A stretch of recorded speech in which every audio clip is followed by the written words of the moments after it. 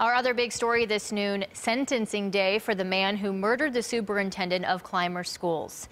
This punishment closes a chapter in one of this area's most high-profile criminal cases.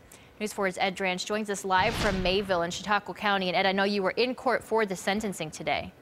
The sentencing lasted less than an hour for Anthony Taglianetti, but it was an emotional morning for all who were involved, especially the judge who handed down a maximum sentence of 25 years to life. But he was very frank when he was speaking with Anthony Taglianetti at the bench, saying he hopes he never sees the light of day again as a free man.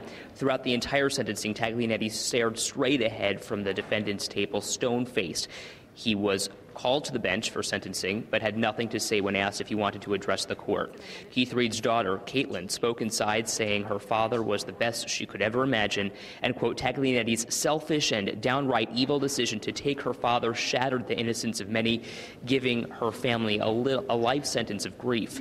She asked for the maximum sentence in her statement, and Keith Reed's brother, Kevin, spoke with us after sentencing. He's not been diminished in that community by one iota. You know, he is who he is. He's a wonderful educator, probably the best person in the family outside of my mom and dad. Still tough for you? Yeah, it's very tough for me. I'm an emotional guy, both ends. And I think you saw one end in court, right? I promised Mr. Foley I'd keep my mouth shut through the whole trial, and I did. But, you know, I hope he rots in hell. Keith Reed's brother, Kevin, says this does not give his family closure, and he hopes the same for Anthony Taglianetti. As for Taglianetti, his attorney, Ned Barone, told us after sentencing that he will continue with the appeals process for the second-degree murder conviction. We're live in Mayville this afternoon. Ed Dranch, News 4 at noon.